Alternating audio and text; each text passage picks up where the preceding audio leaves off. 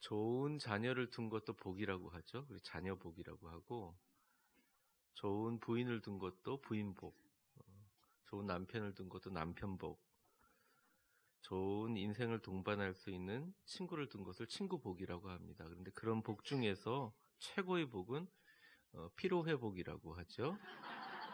엄청나게 필요해 보이십니다. 그래서 여러분 오늘 말씀을 통해서 삶의 필요와 영의 필요가 회복되시기를 주의 이름으로 축원합니다. 너무 이렇게 말씀에 집중하기 위한 체력과 정신과 감정을 피곤한 상태로 이렇게 오시면 그것을 이렇게 부스트 시킨다 그러죠. 업 시키기 위해서 강단에서 목회자가 열심히 노력을 하지만 한계가 있습니다. 그래서 여러분들 스스로 오늘 말씀을 통해서 새로운 회복이 일어나기를 주의 이름으로 축원합니다. 말씀을 한번 들어볼게요. 여러분 또 집에서 가지고 오신 성경이 있죠? 주의 말씀은 내 발의 등이요 내 길의 빛이니이다. 아멘. 1월 한 달 임재에 대해서 이야기하고 임재의 신비에 대해서 마무리하면서 오늘 마지막 주일 예수를 깊이 생각하라, 예수를 깊이 생각하라는 제목으로 히브리서 3장 1절과 시편 42편 1절의 말씀을 통해서 여러분과 말씀을 나누려고 합니다.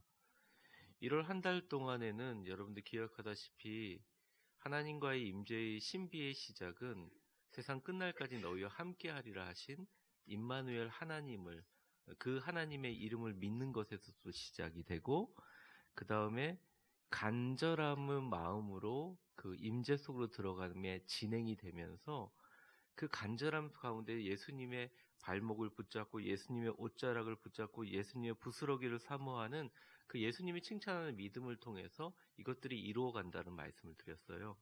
오늘은 1월 이제 마지막 주 27일 임재의 어떤 해답과 정답, 결론이라고 할 수 있는 예수를 깊이 생각하라라는 제목으로 말씀을 좀 드리려고 합니다. 모든 임재와 또 임재로부터 경험하게 되는 신비의 해답은 예수님을 깊이 생각하는 데서 찾을 수 있습니다. 대부분 우리 사람들은 자신이 가지고 있는 고민이 세상 전체에 있는 고민보다 더 많이 생각이 되어서 자신의 고민에 대해서 깊이 생각합니다. 조금 소심하거나 또 성향에 따라 다르지만 크기의 차이가 있을 뿐이지 굉장히 많이 자신의 문제에 대해서 많이 생각합니다. 또 어르신들은 자신의 육체 상태에 대한 고민을 많이 합니다. 생각을 많이 하게 되죠. 또 감정 상태에 대해서 우리 젊은이들은 많이 생각합니다. 또 사회생활을 경험해 본 사람도 알겠지만 다른 사람과의 관계에 대해서 깊이 생각합니다. 어떤 문제가 터졌을 때 그 문제에 대해서 정답을 찾으려고 하는 것보다는 그 문제로 인해서 발생되는 나에 대한 파급을 더 많이 생각합니다. 그래서 해결하는 방법이 뭔지를 명확하게 보기가 참 어렵습니다. 옆에서 지도를 해주거나 도와주지 않고서는 내가 마땅히 해결해야 될 부분에 에너지를 쓰는 것이 아니라 이 일이 진행되게 된 과거라든지 이 일로 파생된 결과로 인해서 일어나지 않은 과거에다가 신경을 쓰느라고 에너지를 많이 빼앗깁니다. 이것을 성경에서는 염려라고 얘기를 합니다. 또 우리의 삶을 구성하는 많은 관심의 부분에 해당됩니다. 또 자신의 존재감이 없거나 자신이 가지고 있는 일들에 대한 확신이 없는 사람들은 그 관심의 대상을 자기가 아닌 다른 대상으로 돌리기도 합니다. 내 인생의 영역이 아닌 다른 사람의 영역이나 다른 단체나 그 사람들이 하는 일에 대해 생각하고 또 자기 주장들을 펼치기도 합니다. 인터넷에 나와 있는 수많은 청년들 또 청소년들이라든지 댓글들을 보면 그 한 나라의 수준을 볼 수가 있는데 좀 굉장히 많이 볼 때는 품격이 없고 저급화되어 있는 것을 볼 수 있습니다. 그럴 만도 하는 것이 직접 나에게 관련된 일이 아니지만 그 일에 대해서 댓글로서 간섭하면서 그 일에 대해서 자기 주장을 하면서 결국 그들이 노리는 것은 자기 존재감의 확인이라는 것이죠. 사랑하는 성도 여러분, 우리가 수많은 이러한 생각과 고민과 염려와 근심과 걱정들 가운데 오늘 한번 여러분에게 질문을 던져보고 싶은 것은 여러분들이 그 많은 인생에, 그러니까 하루 종일 24시간 생각하는 가운데 얼마나 예수님에 대해서 치열하고 깊게 생각해 보셨는지 한번 묻고 싶습니다. 여러분의 고민, 여러분의 감정 상태, 여러분의 건강에 대한 염려, 다른 사람과의 관계의 불안, 또 내 것이 아닌 것에 대한 다른 것에 대한 근심, 자기 주장, 또 자기가 갖고 있는 생각에 사로잡혀 있는지, 아니면 내가 정말 그리스도인답게 예수에 사로잡혀 있는지 우리를 한번 돌아보면 목사인 저를 비롯해서 여러분들 모두 다 공감할 것입니다. 내가 하루 중에, 아니 시간을 내서 예수님만을 생각하고 예수님에 대해서 깊이 생각하는 시간이 참 적다는 것을, 우리가 수많은 핑계를 대면서 예수님에 생각할 것이 많아서 정작 예수님은 생각할 시간이 없어요 라고 하는 게 우리의 일관되긴 주장인 것을 생각하게 됩니다. 그런데 오늘 제가 1월 한 달의 말씀을 마무리하면서 우리 삶의 임재의 신비를 경험하느냐 경험하지 않느냐에 답변을 주는 여부는 예수님을 얼마나 깊이 생각하느냐에 달려 있다는 것이죠. 오늘 본문을 통해서 여러분들하고 나눌 말씀 중에 가장 우리가 신경 쓰면서 깊이 있게 다뤄야 될 말씀은, 진짜 예수님을 깊이 생각하게 되면 그 안에서 신비가 일어나고 기적이 일어나고 놀라운 역사가 일어나게 된다는 것입니다. 오늘 이 본문을 통해서 이 질문에 대한 해답을 좀 찾아보려고 합니다. 두 가지 큰 단어가 있는데요. 첫 번째는 한번 저를 따라해 주십시오. 일상 속에서, 데일리 라이프, 일상 속에서. 두 번째는 이겁니다. 갈망하면서. 이게 두 가지 단어만 한다면 일상과 갈망이라고 할 수 있습니다. 여러분들 축복합니다. 예수님의 이름으로 간절히 축복합니다. 2019년에는 예수님을 깊이 생각하고 예수님께 사로잡힌 한 해가 되시기를 주의 이름으로 축복합니다. 저는 처음 단어 일상에 대해서 얘기를 하려고 합니다. 저를 한번 따라해 주세요. 피상적인 일상 속에서 예수님을 깊이 생각하라. 그러니까 교회 와서 훈련하는 것도 중요하지만, 중요하지 않다는 게 아니에요. 일상 속에서 예수님을 깊이 생각하는 것이 너무너무 중요하다는 거예요. 그래서 훈련해야 된다는 거죠.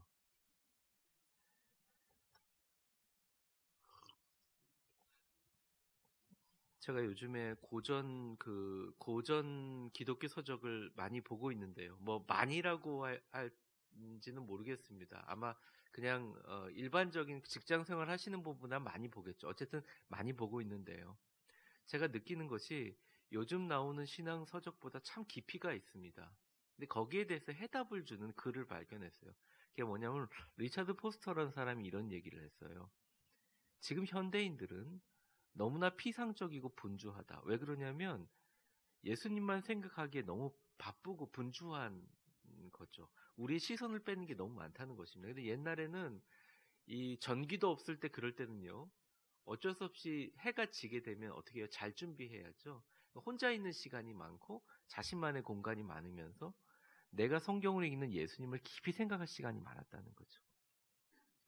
우리에게 주어지는 피상적인 일상 속에서 예수님을 만나기에는 너무나 바쁜 우리의 삶을 다시 한번 돌아보아야 한다는 것이죠.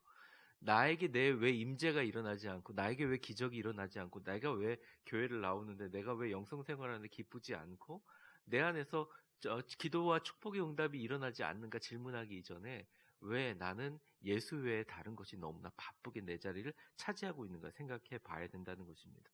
우리의 일상의 일은 영어로 말하면 루틴으로 구성되어 있죠. 아침에 일어나 세수를 하고 일을 닦고 밥을 먹고 오전에는 사람을 만나고 일을 마치고 나면 집에 들어와서 뉴스를 보고 샤워하고 잠드는, 매번 반복해야 되는 일들을 말 그대로 반복하게 됩니다. 그런데 여러분들 공휴일이나 젊은이들이 얘기하는 불금이나 불토라고 하죠. 불타는 토요일이라고 하죠. 그럴 때는 여행을 갔을 때는 일상이 다르죠. 여행이 굉장히 일상화되어 있는 것 같습니다. 많은 외국인들이 한국에 와서 얘기를 합니다. 단연 전 세계에서 가장 자신의 삶을 즐겁게 사는 민족은 대한민국이다. 동의합니다. 놀기 위해서, 감각적인 것을 위해서 어떤 수단과 방법과 그것을 가리지 않고 지혜롭게 하는 모든 민족이 우리나라인 거죠. 요즘에도 프로를 보게 되면 주말에 전부 다 패키지 여행으로 여행 가는 프로그램을 연예인들이 나와서 봅니다.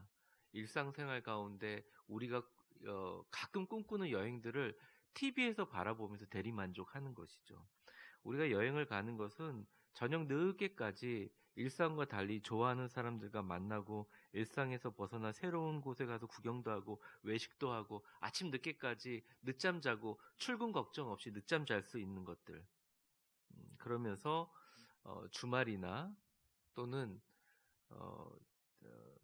가끔씩 자기가 계획한 여행이라는 것을 기대하면서 이렇게 두근거립니다. 설레어 합니다. 그래서 매일 반복되는 일상보다는 휴일이나 여행에 대한 가치를 더 중요하게 생각합니다. 이유는 단 한 가지입니다. 반복하는 일상으로부터 탈출하면 뭔가 나에게 해방과 자유를 줄 것 같다는 생각 때문에 그렇습니다. 저는 결혼하고 나서 한국에 있는 시간보다 외국에 있는 시간이 더 많았던 것 같아요. 이렇게 합쳐보니까. 돌아보면 원했던 것은 아닙니다. 공부하다 보니 또 외국에서 목회하다 보니 아이들 키우다 보니 그렇게 했는데요. 참 희한한 게 내가 지금 가는 곳이 여행이라고 생각할 때 시작할 땐 너무 기쁜데 좀 여행을 하다 보면 내가 떠나왔던 나의 일상을 그리워하게 된다는 것이죠.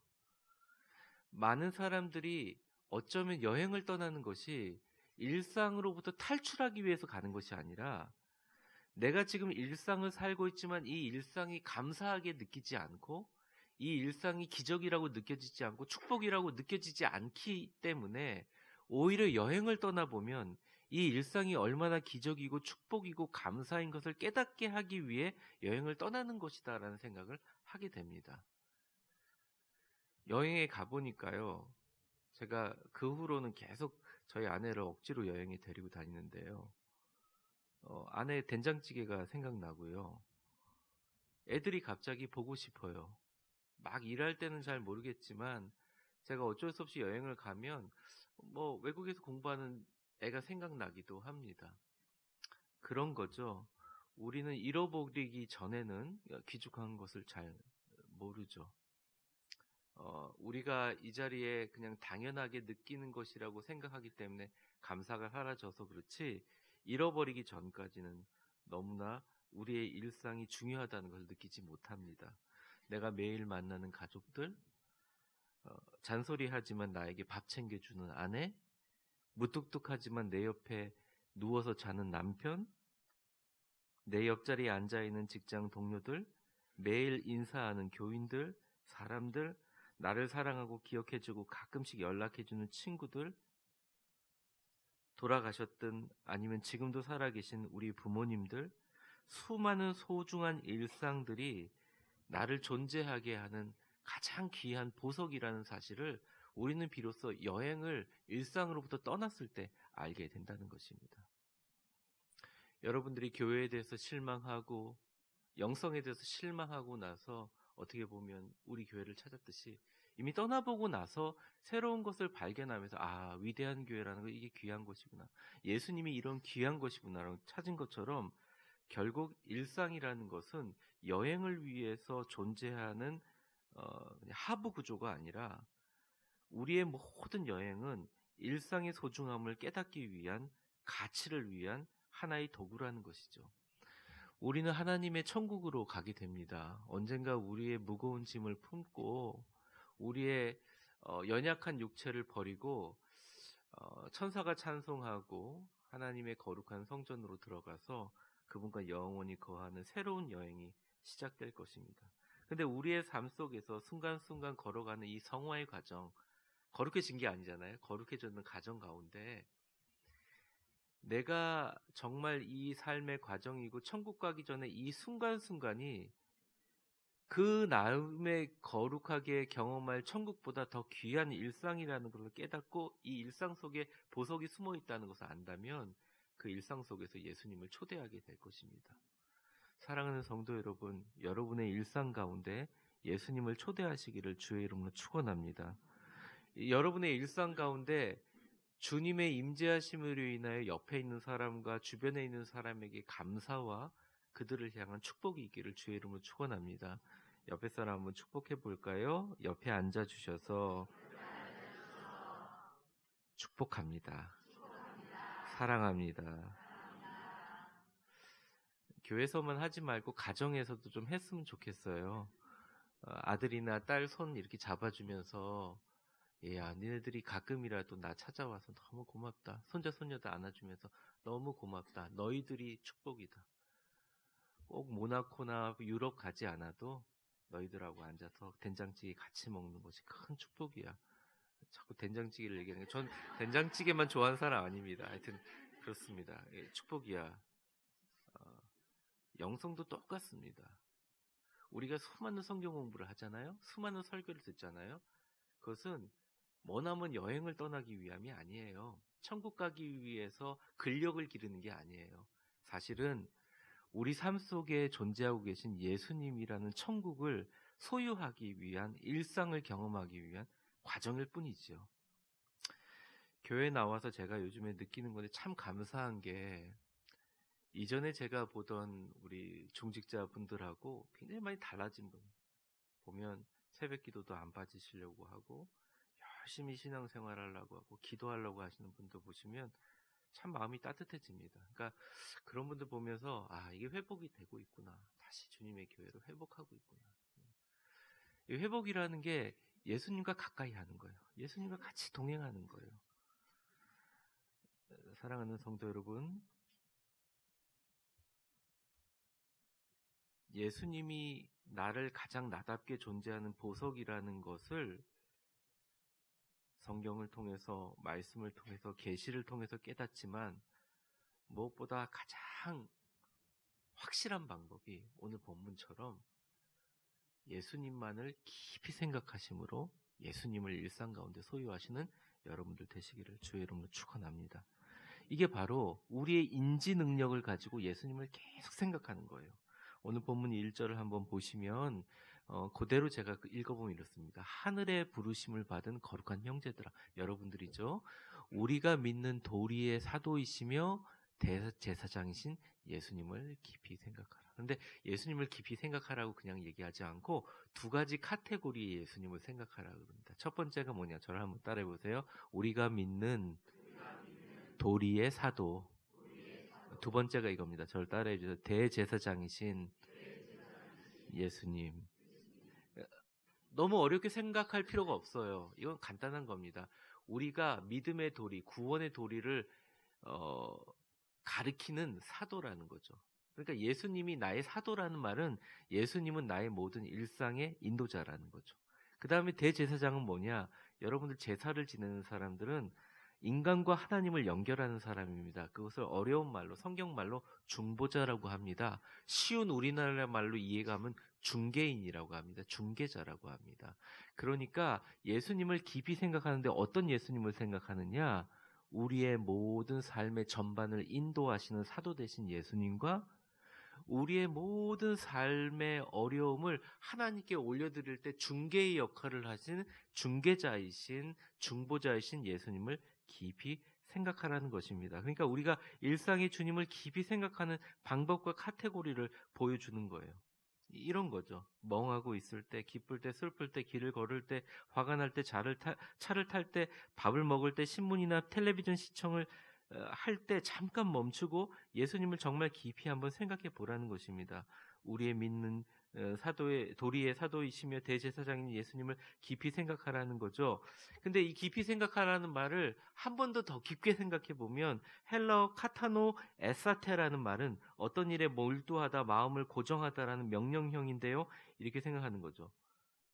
그냥 내 삶에 모든 문제거리가 있을 때 예수님을 생각해야지 이런다고 하면 조금만 있다가 잡념이 들어옵니다. 사실 그렇잖아요. 여러분, 예수님을 한번 생각해 보겠다 이렇게 생각하다가 내가 집에 가스레인지는 끄고 왔나 이런 생각이 그냥 들어오지 않습니까? 이렇게 하면 안 되는 거고, 성경의 방법대로 얘기하면 예수님을 순간순간에 나의 인도자로 부르는 방법이 바로 예수님을 깊게 생각한다는 거예요. 주님 좀 도와주세요. 같이 저에게 좀 컨설팅 해주세요. 제 마음을 주님 앞에 고정합니다. 주님의 은혜로 이 자리에 나왔기 때문에 주님, 제가 이거 잘 못 결정하는데 주님 좀 결정하게 인도해 주세요. 제가 강단에 섭니다. 주님 인도해 주세요. 주님, 제가 오늘 참 어려운 사람을 만나러 갑니다. 주님 인도해 주세요. 주님을 사도인, 인도자로 우리 취급하는 거죠. 그게 예수님을 생각하는 거예요. 두 번째는 중개자이신 예수님, 중보자이신 예수님. 저를 한번 따라해 보세요. 예수님의 이름으로 기도합니다. 그러니까 중개자인데 너무나 위대한 중보자의 이름을 가지고 우리는 기도할 수 있다는 거예요. 맨 마지막에. 저도 정말 힘 있는 중개자가 있어서 저를 잘 소개해 주는 사람이 있으면 좋겠다라는 갈망을 가질 때가 있습니다. 주님은 이 세상에 어떤 문제도 해결할 수 있는 위대한 중개자이시고 하나님의 아들이시죠. 네 발로 걸어서 이 자리에 나온 것 같지만 예수님께서 이 자리에 왔다고 고백하는 순간, 예수님이 인도하셔서 이 자리에 왔다 고백하는 순간 그때가 임재라는 것이죠. 내 인생 여정 다 걷고 나서 하늘문 앞에 가서 말하리 예수 인도하셨네 라고 부르는 이 삶 자체가 임재의 삶이라는 것이죠.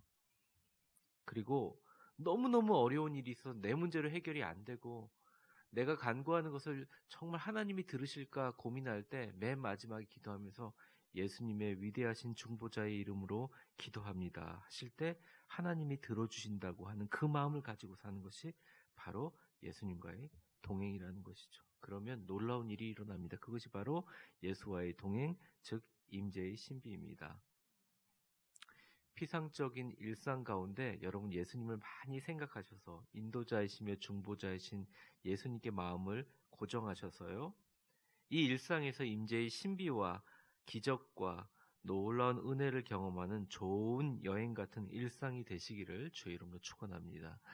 두 번째는 좀 당연한 말인 것 같지만 더 깊이 있게 생각을 해보려고 합니다. 두 번째 단어가 갈망인데요. 저를 한번 따라해 보십시오. 예수님을 찾는 깊은 갈망이 임재의 문을 여는 핵심이다. 많은 사람들은 생각합니다. 왜 내 인생에 이렇게 고통을 주느냐? 이 고통의 의미는 무엇이냐? 고통의 이유는 무엇이냐? 제가 신학교 때 가장 읽으면서 눈물을 많이 흘리고 깊은 감동을 받은 게 C.S. 루이스의 고통의 문제라는 책이었습니다. 고통의 문제라는 책은 얘기를 합니다.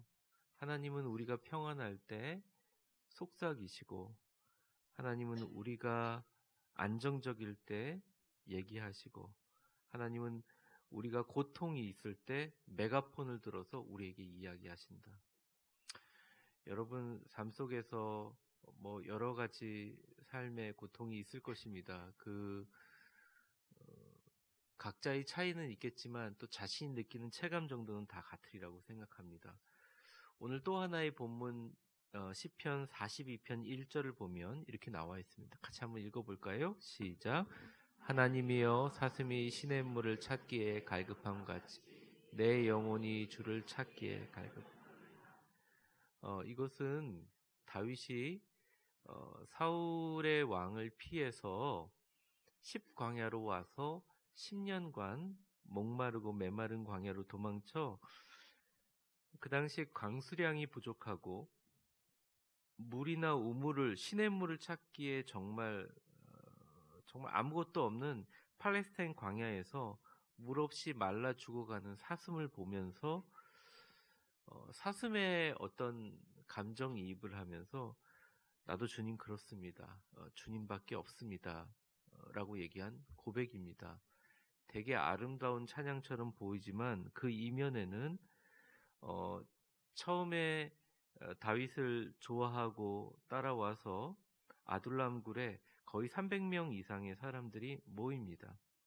이전에 나를 존경하고 따르다고 했던 사람들이 이제 3년간의 기간 동안 많이 배신하고 이전에 나를 공격하던 사람들을 보호해주겠다고 다짐했던 다윗이 믿었던 사람들이 사울 왕이 다윗을 공격했던 방법 그대로 공격하고 비난하고 그를 죽이려고 하는 것을 보면서 깊은 허무와 상처를 느끼면서 쓴 시입니다.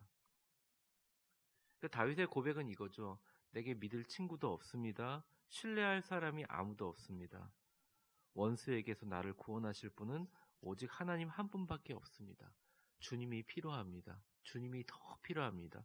주님을 찾고 찾아도 나는 여전히 목마르고 배고픕니다. 라고 얘기하고 있는 것이죠. 월드컵 4강 신화를 쓴 히딩크 감독이 8강 승리를 하고 나서 I'm still hungry라고 얘기합니다. 나는 여전히 배고프다라고 하는 그 명언은 8강에 올랐지만 아직까지 승리에 배고프다는 갈망 아니겠어요? 더 부족하다라는 거 아니겠어요? 갈망이라는 것은 무언가 부족해서 느끼는 데서 오는 마음이라고 할 수 있습니다. 이 땅에도 수많은 갈망이 있습니다. 더 좋은 옷이 필요하고, 더 좋은 친구가 필요하고, 더 나를 드러낼 수 있는 공간과 장소가 필요하고, 내 주장을 말할 수 있는 소통이 필요한 것 같습니다. 우리 한국 사회는 그런 것들에 갈망하는 사회 같습니다. 더 좋은 집이 필요하고, 더 많은 돈이 필요하고, 더 공간과 시간의 여유가 필요하다고 얘기합니다. 그러다 보니 우리는 우리에게 가장 필요한 예수님에 대한 필요에 대한 갈망이 잃어버린 시대가 아닌가 생각합니다. 사회도 그렇습니다. 직장도 그렇습니다. 가정도 그렇습니다. 꿈을 꾸는 청년들의 가슴에도 갈망이 있습니다. 그런데 그 갈망이 예수님에 대한 갈망이 아니라 어쩌면 심지어 교회에서조차도 예수님 외에 나머지 것들에 대해서 너무나 갈망합니다. 근데 정작 예수님을 갈망하지 않습니다. 그러고서 임재를 경험하지 못한다고 합니다. 아니, 임재를 하려고 하지 않습니다. 예배 속에서, 말씀 속에서, 기도 속에서, 대화 속에서 의례적으로 지나가는 루틴이라고 생각하지 그 속에서 예수님의 말씀에 대한 갈망이 없어져가는 시대에 살고 있습니다. 아까 말씀드린 것처럼 임재의 기적과 신비를 만들어내는 열쇠는 바로 예수님 자체에 대한 갈망입니다. 한번 저를 따라해 보십시오. 나는 예수님이 더 필요합니다. 예수님이 더 필요합니다. 주님 더 나를 만나주세요. 예수님만이 나의 모든 것입니다. 예수님의 도움이 더 필요합니다. 그 갈망하는 자세와 태도가 일상에 너무너무 필요하다는 것이죠. 저는 이 아름다운 갈망이 우리 성도들에게 꼭 기도 제목을 이루어 주실 해결자이신 예수님이 아니라 진짜 나의 호흡과 같은 친구와 같은 예수님에 대한 갈망이 우리 성도들에게 충만하기를 축복합니다. 위대한 교회가 정말 예수님을 갈망하는 기도의 집이 되기를 소망합니다. 아니, 그래야 합니다. 성전에서 장사를 하던 사람들을 내쫓으신 예수님을 보면서 또 정치적으로 예수를 어떻게 죽일까 논의했던 종교 정치꾼들이 이 세상에 발 못 붙이는 그런 하나님의 교회가 되어야 됩니다. 예수님을 갈망하는 사람들이 교회의 중심 일꾼이 되어야 됩니다. 교회를 통해 자신을 드러내는 것이 아니라 예수님만 높이는 겸손의 사람들의 찬송이 가득 찬 공간이 되어야 합니다.